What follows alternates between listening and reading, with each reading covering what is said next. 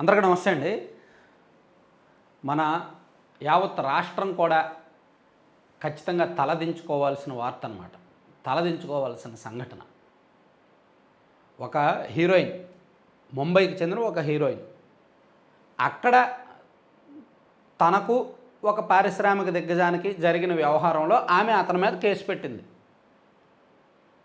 ఆ కేసుని ఆ పారిశ్రామికవేత్త ప్రైవేట్గా డీల్ చేయడానికి, ఆమెను దారిలోకి తెచ్చుకోవడానికి, ఆమెతో రాజీ చేసుకోవడానికి, లేదా ఆమెను భయపెట్టడానికి, ఆమె తన జోలికి రాకుండా చేయడానికి ఉన్న దారులు వెతికి ఆ పారిశ్రామికవేత్తకు ఆంధ్రప్రదేశ్లో ఉన్న పరిచయాలతో ఇక్కడ ఆమె మీద వేరే వాళ్ళ చేత కేసు పెట్టించాడు. చాలా సింపుల్. ఇది మా అందరికీ తెలిసిన విషయం. నిన్నగాక మొన్న చెప్పుకున్నాం, అన్ని మీడియాల్లో కూడా వచ్చింది. అయితే మనం కొంతవరకే చెప్పాం.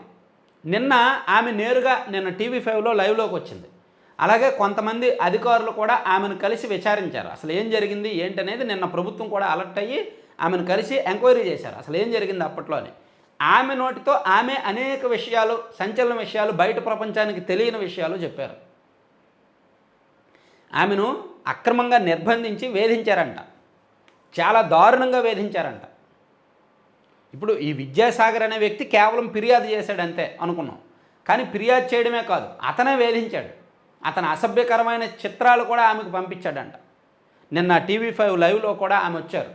ఆమె వచ్చి ఆ విద్యాసాగర్ అనే వ్యక్తి, వైసీపీకి చెందిన విద్యాసాగర్, ఆయన 2014లో పోటీ చేసి ఓడిపోయాడు. కృష్ణా జిల్లా మోపుదేవి ఎక్కడో అయింది. చాలా దారుణాలు చేశాడంట. సో ఆయన ఫొటోస్, హాఫ్ న్యూడ్ ఫొటోస్ ఆమెకు పంపించి వేధించారంట. ఆ ఫోటోలు కూడా ఆమె బయట పెట్టారు.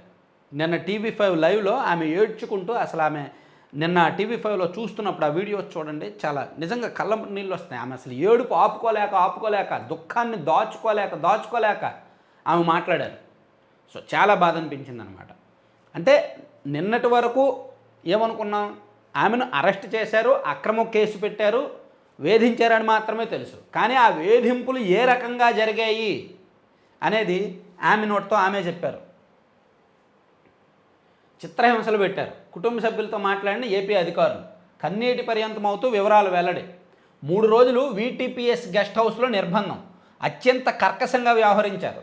బాబునే అరెస్ట్ చేశాం మీరెంత అని బెదిరించారు. నెలసరిలో నాప్కిన్స్ కూడా అనుమతించలేదు. ఎంత దారుణం చూడండి.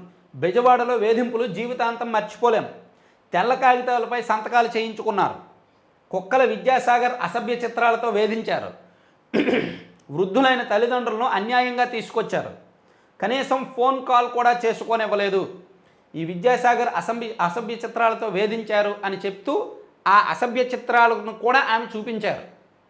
ఎందుకంటే ఆమెకు వాట్సాప్లో పంపించారు. ఆమె మరి ఫోటోలు తీసుకొని పెట్టుకున్నారు, చూపించాలి అని. ఇదిగోండి. కొందరు పోలీస్ అధికారులు తమ అధికారాన్ని ఉపయోగించి నన్ను, నా కుటుంబాన్ని తీవ్రంగా వేధించారు. వాళ్ళ వేధింపుల నుంచి నేను ఇప్పటికీ కోలుకోలేకపోతున్నాను. సరిగ్గా నిద్ర కూడా పట్టని పరిస్థితి. ఓ క్రిమినల్ బ్యాక్గ్రౌండ్ ఉన్న వ్యక్తి ఇచ్చిన తప్పుడు ఫిర్యాదు ఆధారంగా నన్ను, నా కుటుంబాన్ని దారుణంగా వేధించారు. కాదంబరి జత్వాని నటి, వైద్యురాలు. సో ఆమెను నిన్న ఆంధ్రప్రదేశ్ అధికారులు కలిసి అసలు ఏం జరిగింది ఏంటనే మొత్తం విషయాలు తెలుసుకునే క్రమంలో కన్నీటి పర్యంతమవుతూ మొత్తం చెప్పారనమాట. అంటే ఈ విద్యాసాగర్ అనే వ్యక్తి తప్పుడు ఫిర్యాదు ఇవ్వడమే కాకుండా చాలా సింపుల్ అండి. మొన్న మనం చెప్పుకున్నాం కదా, దానికి కొనసాగింపు ఇది. చాలా సింపుల్. ముంబైలో ఆ జిందాల్ గారికి ఆమెకు గొడవ. సో జిందాల్ గారి మీద ఆమె కేసు పెట్టింది. అప్పుడు జిందాల్ గారు ఒక పవర్ఫుల్ వ్యక్తి కాబట్టి ఆమె మీద ఎలాగైనా ప్రతీకారం తీర్చుకోవాలనుకున్నారు. అందుకని ఆంధ్రప్రదేశ్లో కౌంటర్ కేసు పెట్టారు. ఆ కేసు పెట్టిన వ్యక్తి విద్యాసాగర్ అనే వ్యక్తి. ఈ విద్యాసాగర్ అనే వ్యక్తి తప్పుడు కేసు పెట్టడమే కాకుండా మొత్తం వీటీపీఎస్లో పెట్టి వేధించడము, అసభ్య చిత్రాలు పంపించడము అవన్నీ చేశారంట ఆయన. ఎంత దారుణం అండి. ఇందులో ఇన్వాల్వ్ అయిన ఐపీఎస్లు మానవత్వం లేదా కనీసం. ఎక్కడో ముంబైకి చెందిన ఒక వైద్యురాలు, ఆమె యాక్టరు ప్లస్ వైద్యురాలు, ఆమెను తీసుకొచ్చి ఆంధ్రప్రదేశ్లో గెస్ట్ హౌస్లో బంధించి కుటుంబ సభ్యులను తీసుకొచ్చి వేధించారంటే ఎంత దారుణం. ప్లస్ అసభ్య చిత్రాలు పంపిస్తారా? అసభ్య చిత్రాలు పంపించడం ఏంటండి. ఆ ఫోటోలు ఆమె చూపించారు. మొత్తం షర్ట్ అంతా ఇప్పేసి ఉంది. మేబీ కింద వేసుకున్నారో లేదో తెలియదు, ఆ ఫోటోల్లో అయితే లేదు, కానీ షర్ట్ మొత్తం ఇప్పేసి ఉందన్నమాట. సో అంత దారుణమైన చిత్రాలు పంపించాల్సిన అవసరం ఉందంటారా ఒక హీరోయిన్కి? సో అంటే ఆ పార్టీ వాళ్ళు ఆలోచించాలి. మనం చేస్తున్న కల్చర్, మనం వెళ్తున్న కల్చర్ మంచిదా కాదా అనేది ఆలోచించాలి. ఇప్పటికీ ఆ పార్టీని సపోర్ట్ చేస్తున్న వాళ్ళని మనం తప్పట్లేం. ఇన్ని జరుగుతున్నా సరే బాధని గుండెల్లో పెట్టుకొని, కడుపులో దాచుకొని, కంట్లో నీటిని, కసిని, కోపాన్ని ఆపుకొని కొంతమంది ఆ పార్టీకి సపోర్ట్ చేస్తారు. ఎందుకంటే వాళ్ళు జగన్మోహన్ రెడ్డి గారి భక్తులు, వీర విధేయులు. వాళ్ళకి సెల్యూట్ చేయాలి, వాళ్ళ తప్పు కాదు. కానీ ఆ పార్టీలో నాయకులది అరాచక శక్తులదే తప్పు.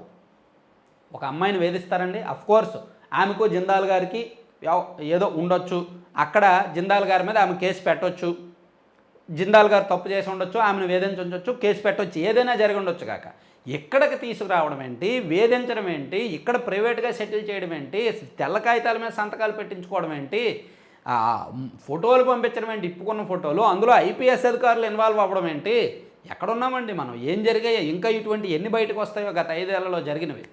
చాలా దారుణం కదా.